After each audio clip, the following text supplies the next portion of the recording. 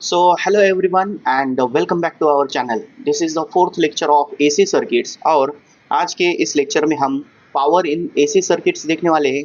उसके अंदर चार टॉपिक्स आ जाएंगे। सबसे पहले होगा average power associated with a resistor, उसके बाद में विद एन इंडक्टर, उसके बाद में विथ अ कैपेसिटर और लास्ट में with a series LCR circuit.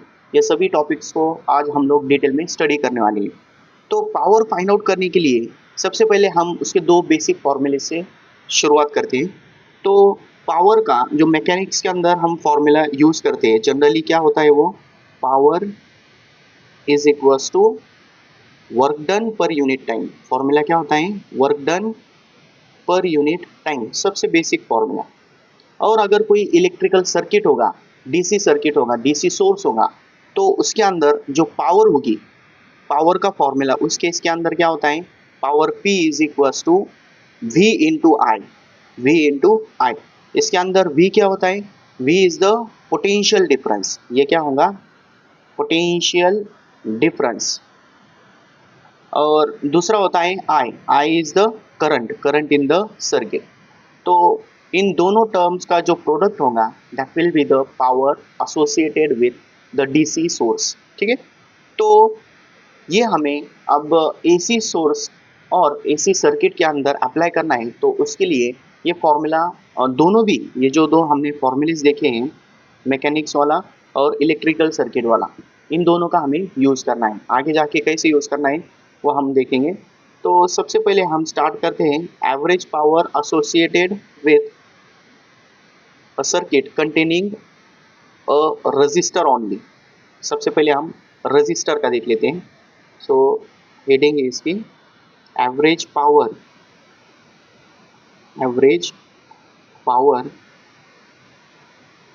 associated with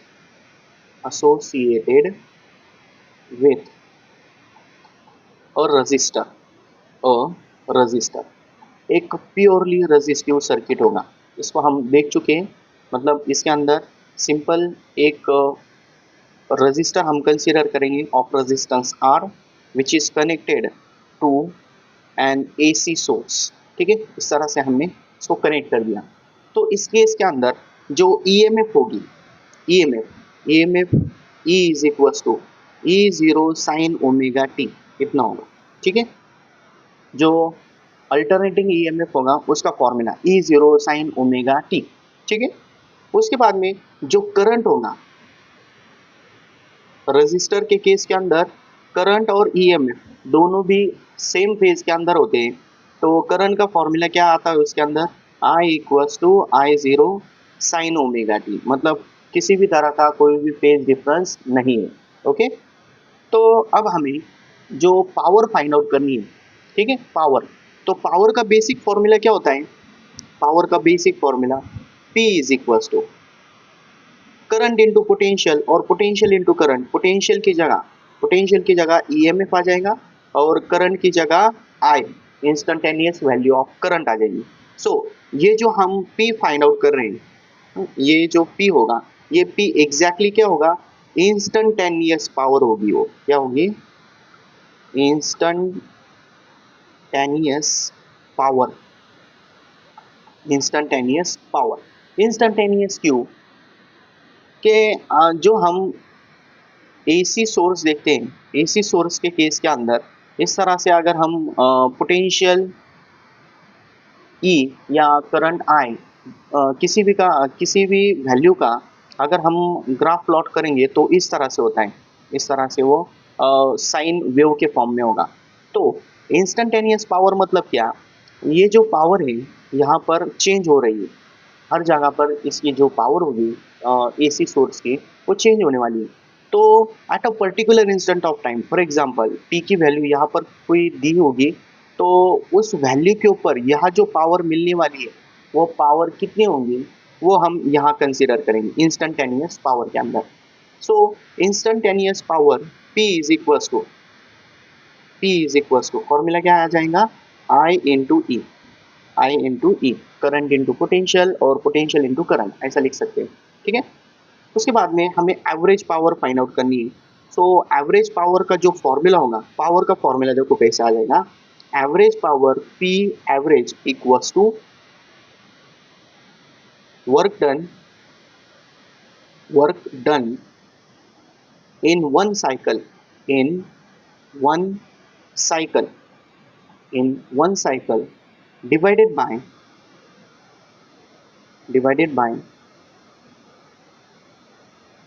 total time for one cycle, total time for one cycle. ठीक है, अब देखो ये फॉर्मूला कैसा आएगा, इसके अंदर हम कैसे यूज करने वाले हैं इसको हम बेसिकली देख लेंगे। सबसे पहले एवरेज पावर का फॉर्मूला पता है हम लोगों को क्या है, power P is equals to work done per unit time. But ये हम एक कंप्लीट साइकिल के लिए लेने वाले हैं, तो work done in one cycle हो गया divided by total time for one cycle. Total time for one cycle कितना होता है, टाइम पीरियड मतलब क्या होता है, the time taken by the particle to complete one oscillation और one rotation, एक रोटेशन वहाँ पर कंप्लीट होने वाला है। तो इस तरह से यहाँ से जीरो से स्टार्ट करने के बाद में अगर एक साइकिल कंप्लीट हो जाएंगी तो उसके लिए टाइम कितना होगा, टाइम पीरियड टी इतना होगा, कैपिटल टी वो टाइम हम लोगों को यहाँ लेना है। ठीक है, उसके बाद में यहाँ पर जो एवरेज पावर होगी P average is equals to, formula क्या आएगा यहाँ पर आ जाएगा, integration of P into D T divided by integration of D t. अब देखो फॉर्मूला कैसा है, इसके अंदर work done in one cycle, work done का जो फॉर्मूला है फिर से हम लोगों ने यूज किया। वर्क डन का फॉर्मूला क्या था, work done equals to power का फॉर्मूला यूज किया है। पावर का फॉर्मूला क्या था, power is equals to work done per unit time. तो इसके ऊपर से वर्क डन कितना आ जाएगा, work done equals to power into time. तो एवरेज पावर तो ठीक है, या इंस्टेंटेनियस पावर की वैल्यू साइड में आ गई, बट ये जो टाइम है वो टाइम कंटिन्यूसली चेंज होने वाला है। सो टाइम एक वेरिएबल टर्म है, उसको अगर हमें ऐड करना है, टोटल एवरेज फाइंड आउट करना है। एवरेज का बेसिक फॉर्मूला क्या होता है, addition of all the terms to the total number of terms. तो एडिशन करने के लिए यहाँ पर हमने इंटीग्रेशन लिया है। इंटीग्रेशन क्या देता है, एक तरह की एडिशन, इंटीग्रेट करता है वो। तो यहाँ पर आ गए integration of P D T, that is power तो कांस्टेंट है बट टाइम वेरिएबल है, तो इसीलिए हमने क्या लिया है यहाँ पर इंटीग्रेशन। उसके बाद में जो टर्म्स है वो terms in the form of time है, तो यहाँ पर टाइम का भी इंटीग्रेशन लेना होगा। ठीक है, उसके बाद में यहाँ पर जो लिमिट्स है, लिमिट्स कौन कौन से आ जाएंगे, एक साइकिल के लिए टाइम जीरो से स्टार्ट होगा और टोटल टाइम जो लास्ट टाइम होगा वो कितना हो जाएगा, capital T, that is time period. और यहाँ पर भी जीरो से लेकर टाइम कहाँ तक जाने वाला है, कैपिटल टी तक, that is time period. Okay, उसके बाद में हमें बस पावर की वैल्यू पुट करनी है। पावर की वैल्यू पुट करने के बाद में P average is equals to कितना आ जाएगा, integration from zero to T as it is आ गया। पावर की जगह यहाँ क्या आ जाएगा, I into E into D T, ये आ गया, और divided by integration of D T. इसको हम सॉल्व कर लेते हैं। डी टी का इंटीग्रेशन क्या होगा, टी होगा, और उसके लिमिट्स कौन कौन से पुट करने हैं, फ्रॉम जीरो टू टी। इसके बाद में I और E दोनों की वैल्यूज हमें पता है, so integration from zero to T as it is. I की वैल्यू कितनी आ जाएंगी, I zero sine omega T into E की वैल्यू कितनी आ जाएंगी, instantaneous value of EMF, that is E zero sine omega T into D T, and divided by क्या आ जाएगा, यहाँ पर लिमिट्स की वैल्यू पुट करनी है। सबसे पहले अपर लिमिट होगा कैपिटल टी, लोअर लिमिट होगा zero, so this will be capital T minus zero, time period minus zero. Then T average is equals to, इसके अंदर कांस्टेंट टर्म्स कौन कौन से हैं, सबसे पहले I zero peak value of current, उसके बाद में E zero peak value of EMF, और T माइनस जीरो कितना होगा, T। सो जो कांस्टेंट टर्म्स है वो बाहर आ जाएंगी, दैट इज E जीरो आ गया, उसके बाद में I जीरो आ गया, और डिवाइडेड बाय T आ गया। इंटीग्रेशन किसका लेना है, integration from zero to T, यहाँ पर साइन ओमेगा टी है, यहाँ पर साइन ओमेगा टी है, so this will become sign square omega T into क्या आ जाएगा डी टी। अब साइन स्क्वायर थीटा का इंटीग्रेशन कैसा लेना होता है, उसके लिए हम जो कॉस टू थीटा है उसका फॉर्मूला यूज़ करते हैं। कॉस टू थीटा का फॉर्मूला क्या होता है, formula cos two theta is equals to क्या होता है 1 - 2 साइन स्क्वायर थीटा। सो ये वैल्यू निगेटिव है, इधर आने के बाद में positive, that is 2 sine square theta is equals to यहाँ 1 एज इट इज, इधर से आ जाएगा minus cos two theta, then sine square theta will become 1 - cos 2 theta divided by 2 आ गया। उसके बाद में ये वैल्यू अगर इसके अंदर हम पुट करेंगे तो एवरेज पावर का फॉर्मूला आ जाएगा P average is equals to E0 I0 upon T as it is, integration from 0 to t, और साइन स्क्वायर ओमेगा टी की जगह आ जाएगा 1 - cos 2 ओमेगा टी, थीटा की जगह omega T, and divided by 2 into D T. ठीक है, इसके बाद में यहाँ पर जो डिवाइड में 2 है वो भी एक तरह का कांस्टेंट है, उसको हम साइड में ले लेंगे तो इक्वेशन हमारे पास हो जाएंगी E0 into I0 divided by 2t, और इंटीग्रेशन किसका लेना है 1 - cos 2 ओमेगा टी, इसका डायरेक्टली इंटीग्रेशन लेंगे। 1 का इंटीग्रेशन क्या हो जाएगा, integration of D T will become T, minus cos का इंटीग्रेशन क्या होता है sine 2 omega T, and divided by यहाँ आ जाएगा 2 ओमेगा। जो टी है ये वेरिएबल है, बट जो 2 ओमेगा होगा इसे हमें इंटीग्रेशन के अंदर डिवाइड करना होगा। ठीक है, और लिमिट्स आ जाएंगे फ्रॉम 0 to t। उसके बाद में यहाँ पर वैल्यूज पुट करने हैं हमें, so E0 into I0 divided by 2t as it is. उसके बाद में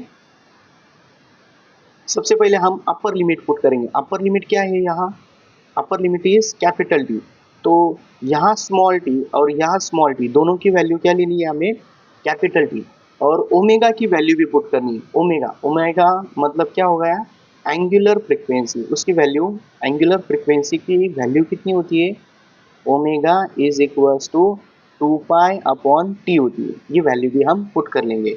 सो यहाँ पर इक्वेशन क्या मिलेगी, टी की जगह आ गया कैपिटल टी माइनस फिर से यहाँ पर साइन 2 ओमेगा की वैल्यू क्या 2 pi upon capital T into small T की वैल्यू कितनी लेनी है capital T, and divided by क्या आ जाएगा 2 omega, then minus lower limit कितना है इसका 0, सो टी की जगह पर 0 आ जाएगा, माइनस यहाँ पर साइन फिर से ये जो टी है इसकी जगह भी क्या आ जाएगा 0, so this will become sine 0 upon 2 omega, sine 0 upon 2 omega. Okay, then P average is equals to formula क्या आ जाएगा E0 I0 as it is divided by 2t, अंदर ब्रैकेट के अंदर क्या आ जाएगा कैपिटल टी भी as it is.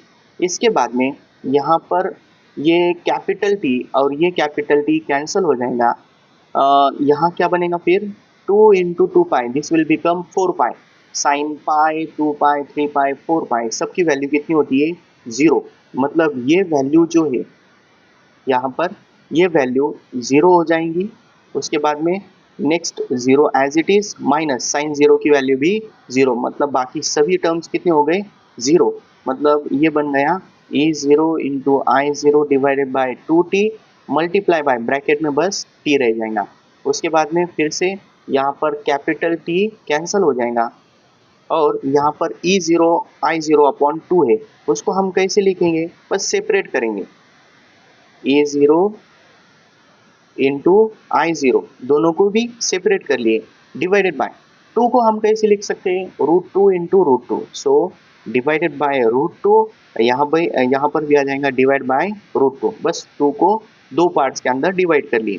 E0 upon √2 मतलब क्या ERMS, I0 अपॉन √2 मतलब क्या IRMS। सो एवरेज पावर का जो फॉर्मूला मिलेगा हमें वो होगा P average is equal to यहाँ आ जाएगा ERMS इंटू उसके बाद में I zero upon root two मतलब क्या, I R M S. So this is the formula for average power. Average power के लिए हम ये फॉर्मूला यूज कर सकते हैं। Okay, so this is our first topic. Then इसी तरह से हमें दूसरा सर्किट स्टडी करना है, और दूसरा सर्किट है second, number 2, that is average power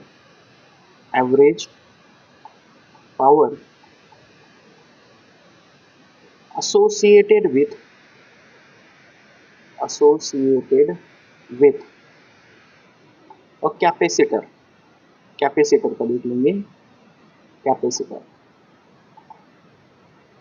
तो कैपेसिटर के जो केसेस है वो हम देख चुके हैं। कैपेसिटर अगर हम अल्टरनेटिंग सोर्स के अंदर यूज करेंगे तो क्या होता है। उसके बाद में उसकी एवरेज पावर फाइंड आउट करनी है। सो सबसे पहले हम एक कैपेसिटर कंसीडर करेंगे of capacitance C which is connected to an alternating source of EMF, के जिस सर्किट का EMF कितना है, E is equal to E0 sine omega T. जो कैपेसिटर है, कैपेसिटर के अंदर हम लोगों ने क्या देखा है कि कैपेसिटर के अंदर जो करंट होता है, करंट क्या करता है, लीड करता है। करंट क्या करता है, लीड करता है। और जो EMF होता है वो EMF क्या करता है, लैग करता है। और उसके इक्वेशंस देखे थे हमने कैपेसिटर के लिए। कैपेसिटर के लिए E की value E0 sine omega T होगी। तो जो करंट होगा, current I will be equal to I0 into sine omega T plus pi by two. कितना था वो, प्लस पाई बाई टू।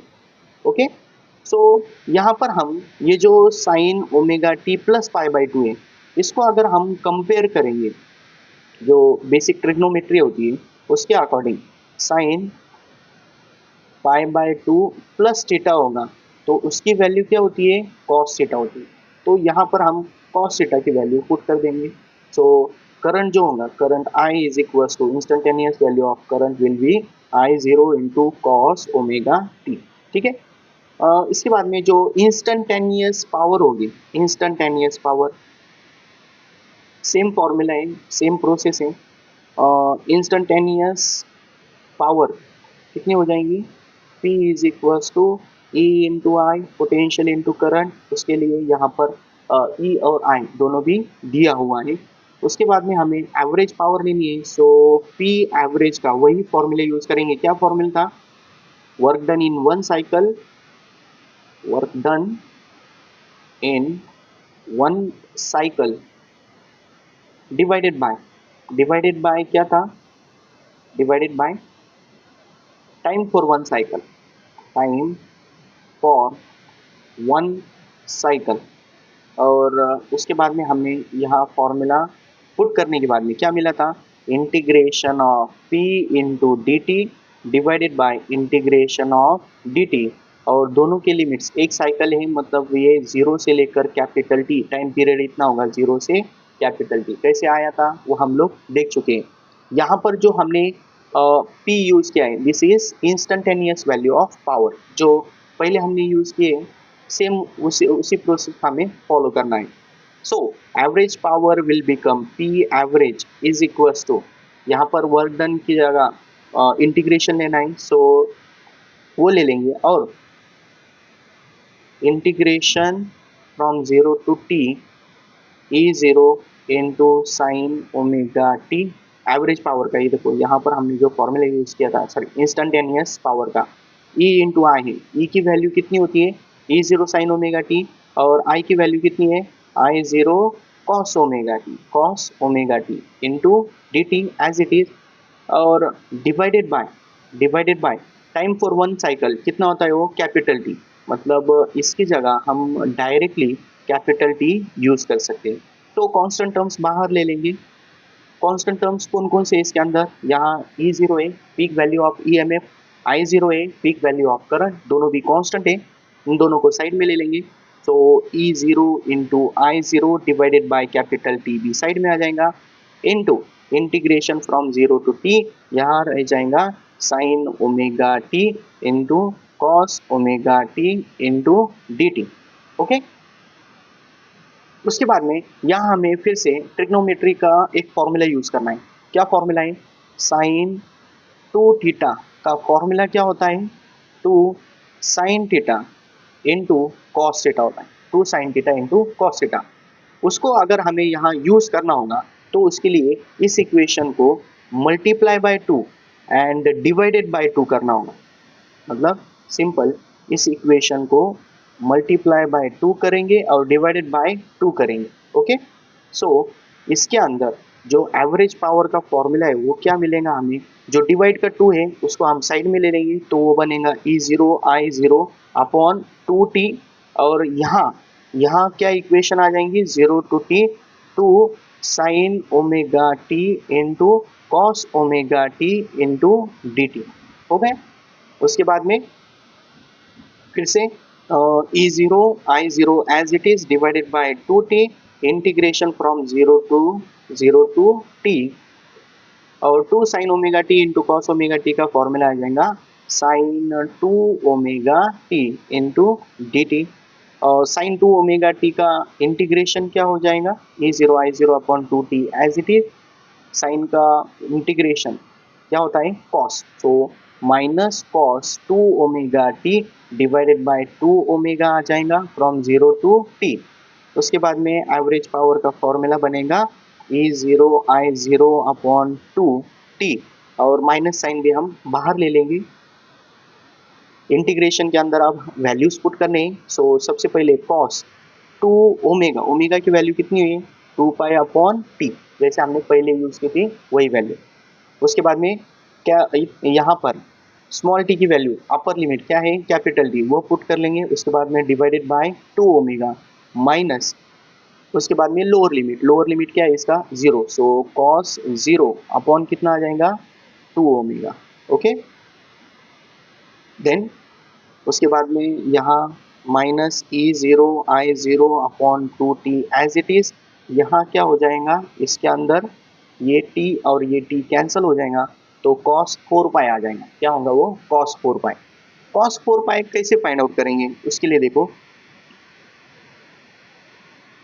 एक तो हमें इसकी वैल्यूज डायरेक्ट याद होनी चाहिए और अगर याद नहीं होगी तो उसके लिए ये मेथड आप यूज़ कर सकते हो। कॉस का जो ग्राफ होता है वो मैक्सिमम से स्टार्ट होता है, फिर ज़ीरो, फिर बाकी के जो साइकिल्स है वो एज इट इज जैसे साइन के अंदर होता है वैसे ही वैल्यूज होते हैं। ठीक है, इस तरह से वो ग्राफ होगा। ओके, एक बार समझ लो, बाद में उसको हम डायरेक्टली यूज़ करेंगे। ठीक है, अब इसके अंदर जो एंगल्स है वो देखो कैसे हैं। यहाँ पर एंगल है 0, यहाँ एंगल कितना है? 0 है।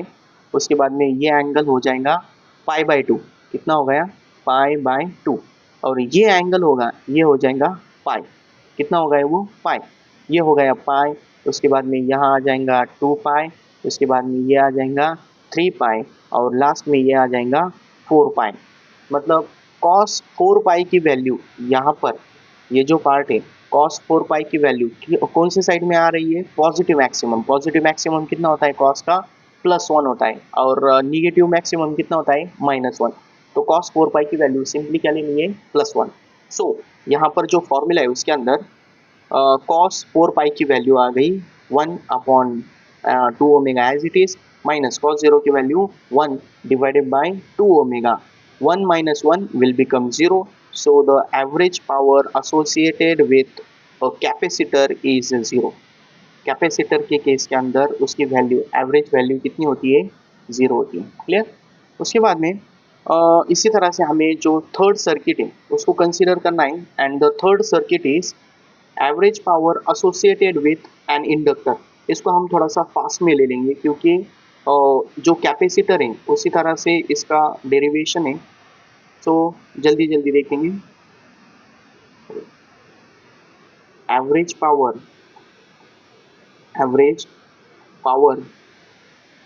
associated with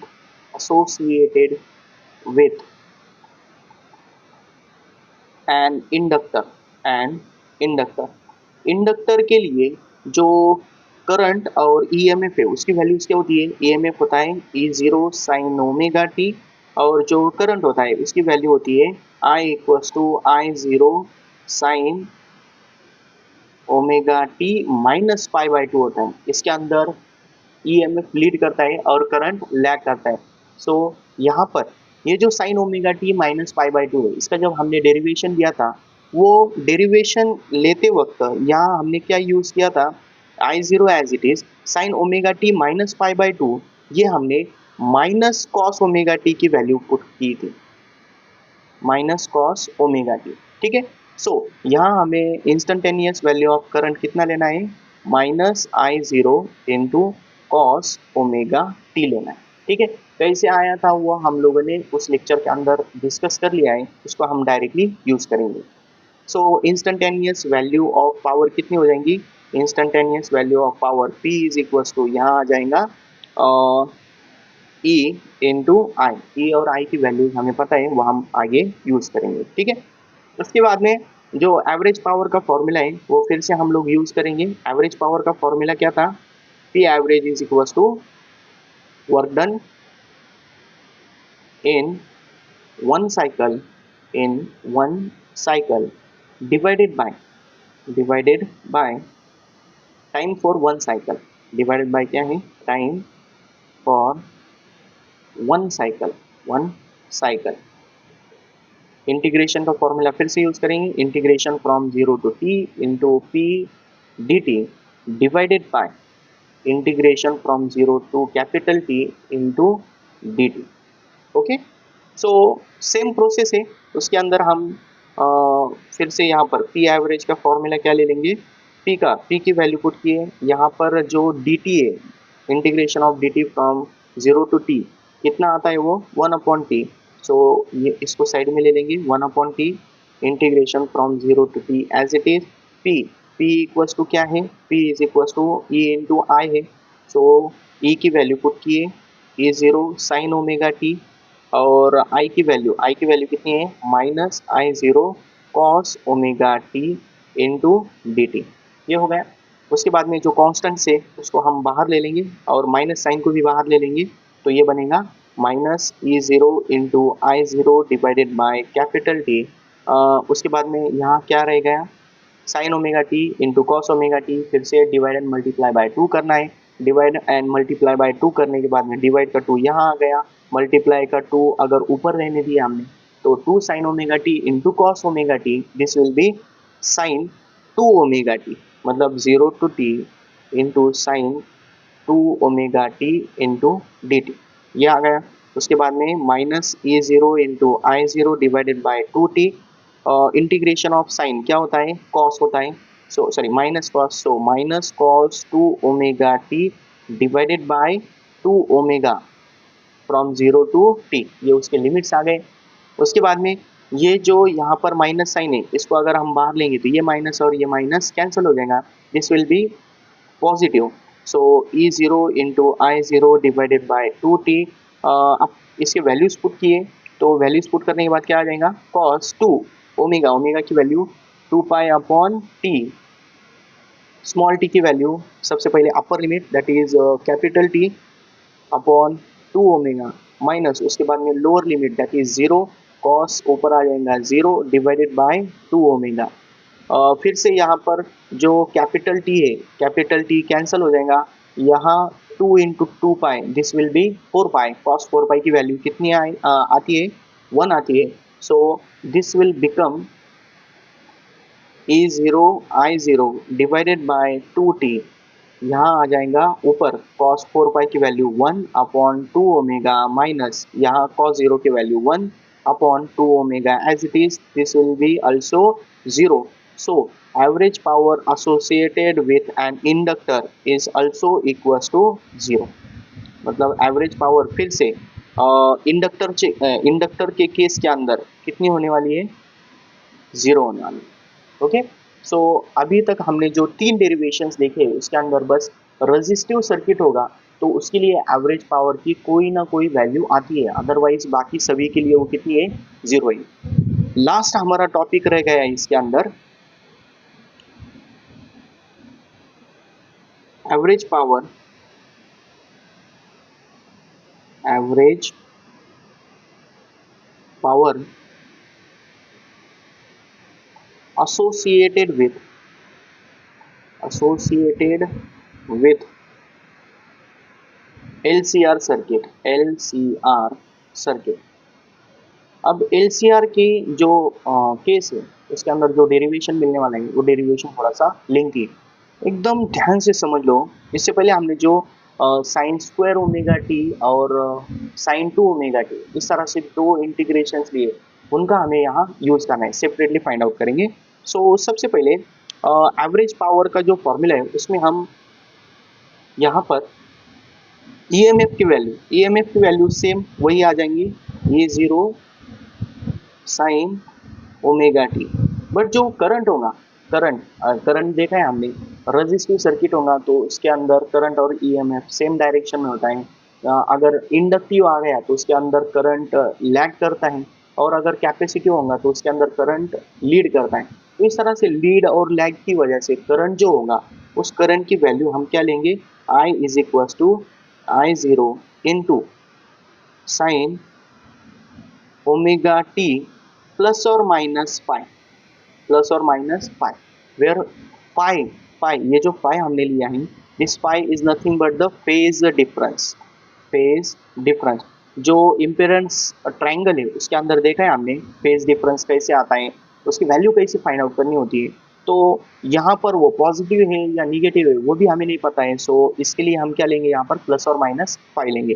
सो उसके बाद में जो एवरेज पावर का फॉर्मूला है सेम प्रोसेस हम रिपीट करेंगे।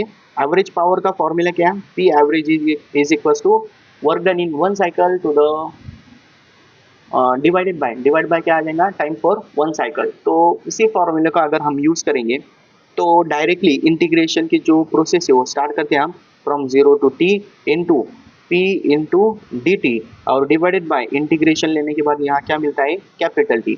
उसके बाद में 1/t को हम साइड में ले लेंगे, इंटीग्रेशन फ्रॉम 0 टू t आ गया।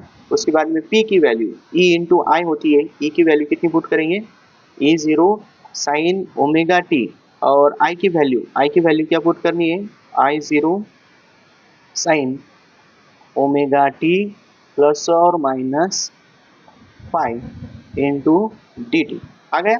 उसके बाद में फिर से जो कांस्टेंट टर्म्स कौन कौन से हैं, यहाँ पर कांस्टेंट टर्म्स है E0 एंड I0, दोनों को भी हम साइड में ले लेंगे। सो यहाँ जो फॉर्मूला है वो हमें मिलेगा E0 into I0 divided by capital T, side में आ गया। उसके बाद में integration from 0 to t as it is, sine omega T को हम एज इट इज ले लेंगे। उसके बाद में यहाँ जो साइन ओमेगा टी प्लस और माइनस पाई, साइन ए प्लस बी का फॉर्मूला यूज करना है। साइन ए प्लस बी का फॉर्मूला क्या होता है, साइन ए कॉस बी प्लस कॉस ए साइन बी। सो उसके लिए यहाँ अगर हमने वो फॉर्मूला यूज कर लिया, यहाँ मैं शॉर्टकट में लिख लेता हूँ वो कौन सा फॉर्मूला यूज करना है, साइन ए प्लस बी या ए माइनस बी के लिए भी होता है। क्या फॉर्मूला है, sine A into cos B plus cos A into sine B, ये उसका फॉर्मूला होता है। ठीक है, अगर माइनस साइन आ गया तो माइनस साइन यहाँ पर भी आ जाएगा, मतलब साइन ए माइनस बी होगा तो sine A into cos B minus cos A into sine B, ये उसका फॉर्मूला होता है। सो सेम फॉर्मूला हमें यहाँ यूज करना है। वो अगर हम यूज करेंगे तो ये जो अगला पार्ट है कौन सा, साइन ओमेगा टी प्लस और माइनस फाइव, वो बनेगा साइन ए की जगह आ गया omega T into cos B की जगह आ जाएगा फाइव, प्लस और माइनस कॉस ए की जगह फिर से ओमेगा टी, और साइन बी की जगह फाइव आ जाएगा। ठीक है, into D T as it is हो गया।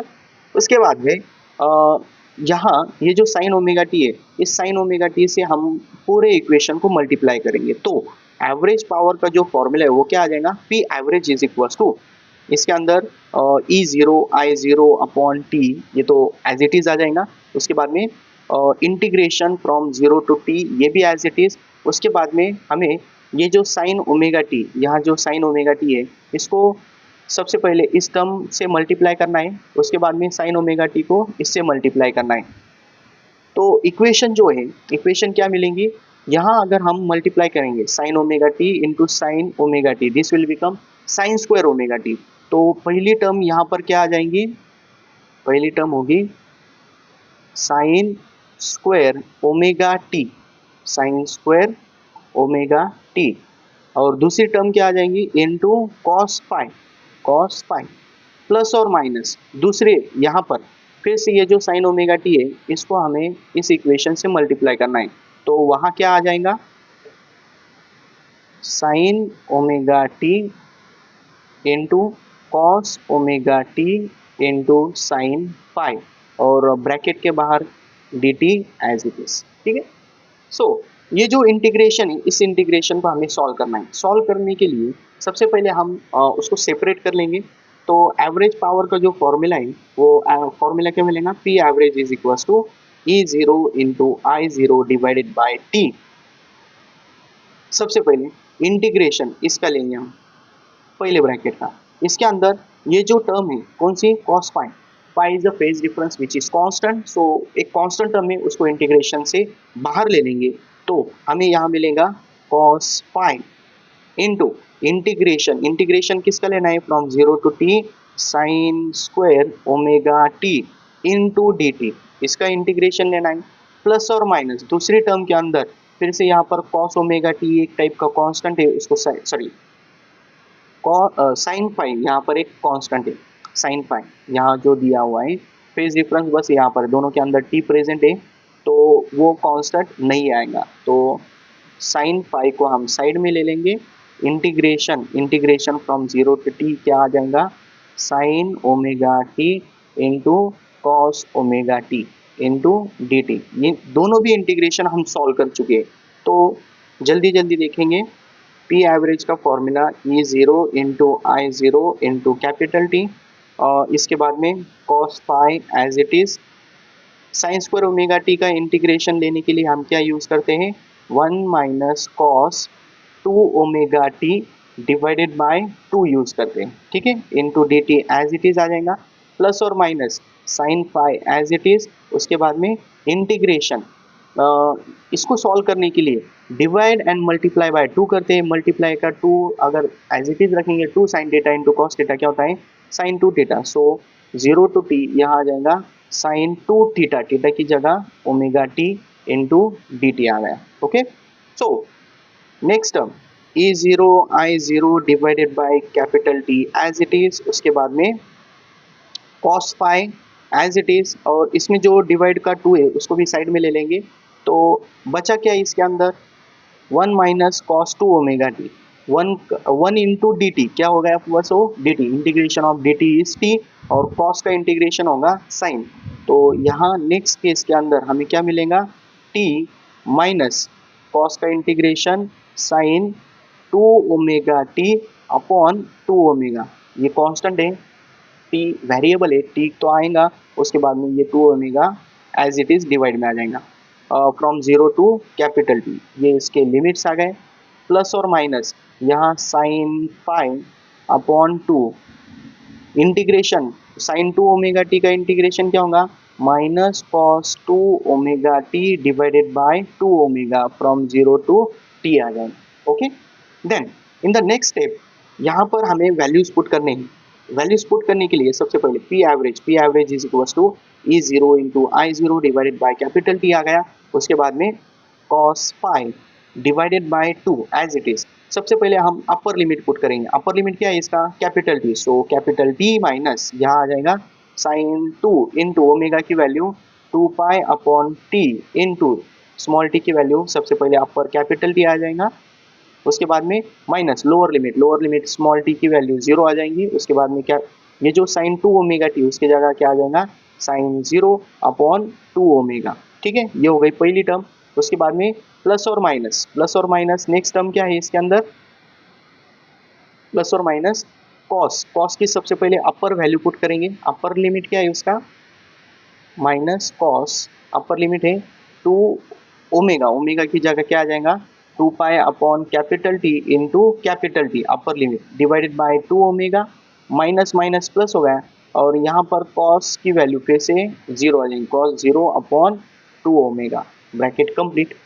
ठीक है, then in the next step the average power P average will become E zero I zero divided by capital T into यहाँ वैल्यूज पुट करने के बाद में cos पाई आ गया अपॉन 2 टी, यहाँ पर क्या रह जाएगा बस t माइनस cos, इसके अंदर कैपिटल टी सॉरी साइन है, कैपिटल टी कैंसल, साइन 4 पाई कितना हो जाएगा 0 माइनस साइन 0 की वैल्यू भी 0, ये तो सब 0 0 हो गया।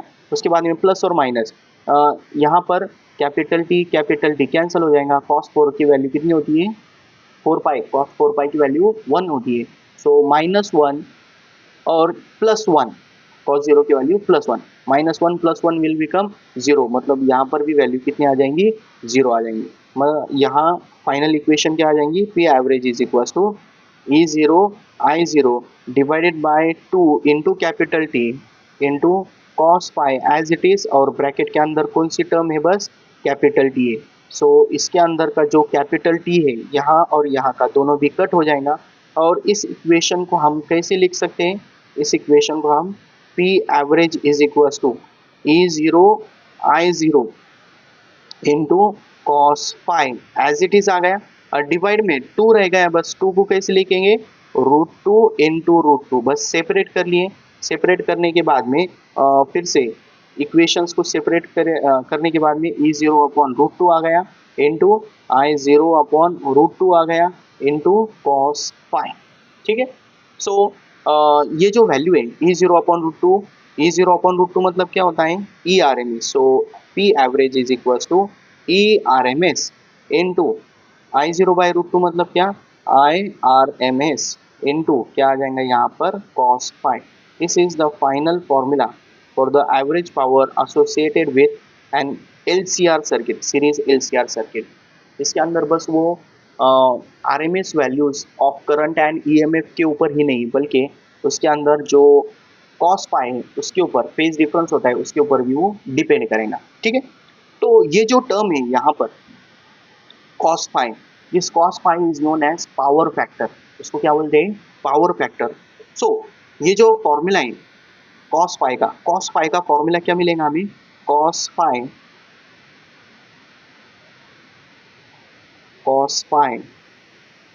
Is equals to P average, ऊपर आ गया P एवरेज, और डिवाइड में क्या आ जाएगा ERMS इंटू IRMS, ओके। सो इसके अंदर जो एवरेज पावर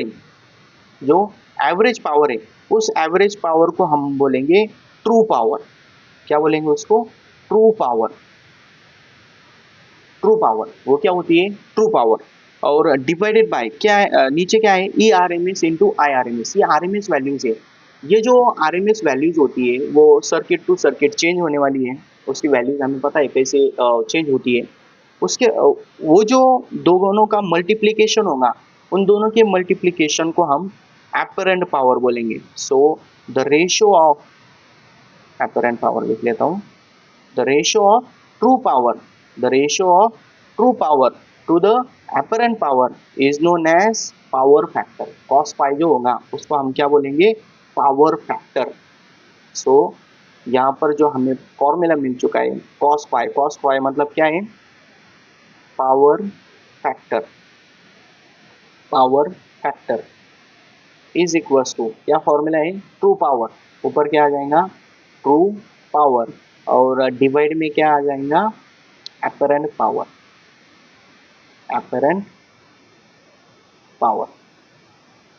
ओके। ये उसका एक फॉर्मूला होगा। उसके बाद में हम यहाँ पर दूसरा फॉर्मूला भी ले सकते हैं। दूसरा फॉर्मूला कैसा आ जाएगा, इससे पहले हमने इम्पीडेंस ट्रायंगल देखा था। इम्पीडेंस ट्रायंगल देखो इस तरह से एक राइट एंगल ट्रायंगल है, यहाँ पर एक राइट एंगल ट्रायंगल है इस तरह से, और इसके अंदर ये जो एंगल होता है यहाँ दिस इज पाई, इसके अपोजिट साइड में एक मिनट पाई हो गया, इसके अपोजिट साइड में क्या होता है यहाँ पर इस तरह से XL माइनस XC होता है, और इसके एडजेसेंट में यहाँ पर क्या होता है R होता है, ठीक है R होता है। सो ये जो फॉर्मूला है, फॉर्मूला हमें क्या मिलेंगे इसके ऊपर से, और लास्ट में ये जो हाइपोटेनियस होगी, हाइपोटेनियस क्या मिलेंगे फिर हमें, hypotenuse will become R square plus XL minus XC bracket square. क्या यूज किया यहाँ पर, simple Pythagoras theorem. The one side of the right angle triangle is R, other side is XL minus XE. So ये जो hypotenuse होगी वो दोनों side का स्क्वायर करके एडिशन होगी।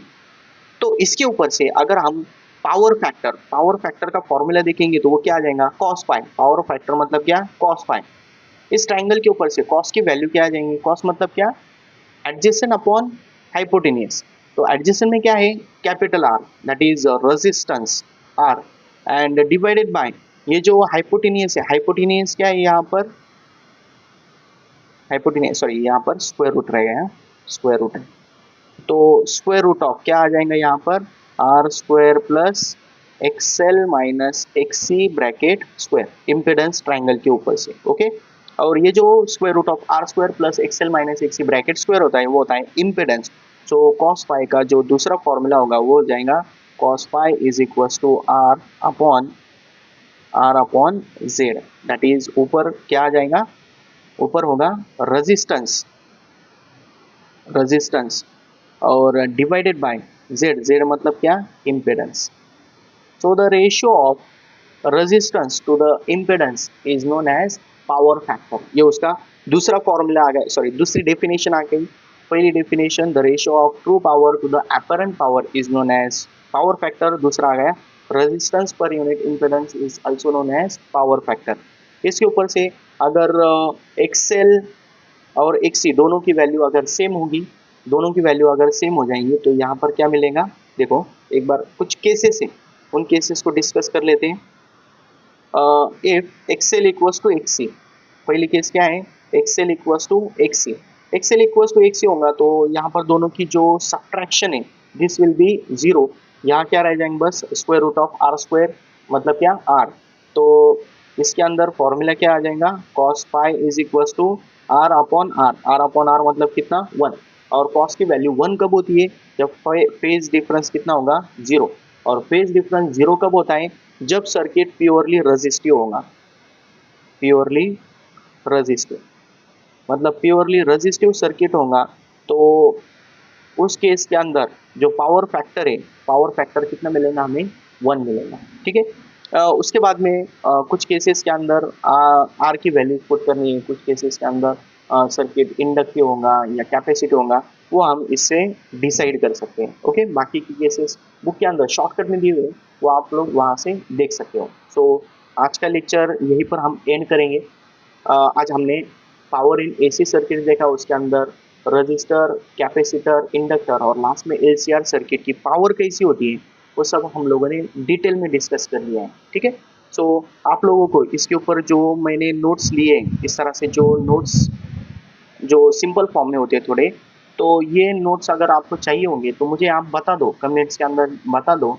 मैं आपको जो पीडीएफ फॉर्म है इस नोट का, जो पीडीएफ फॉर्म होगा वो वहाँ पर अपलोड कर दूंगा। ठीक है, सो आज के लिए बस इतना ही, मिलते हैं नेक्स्ट लेक्चर में। Thank you so much.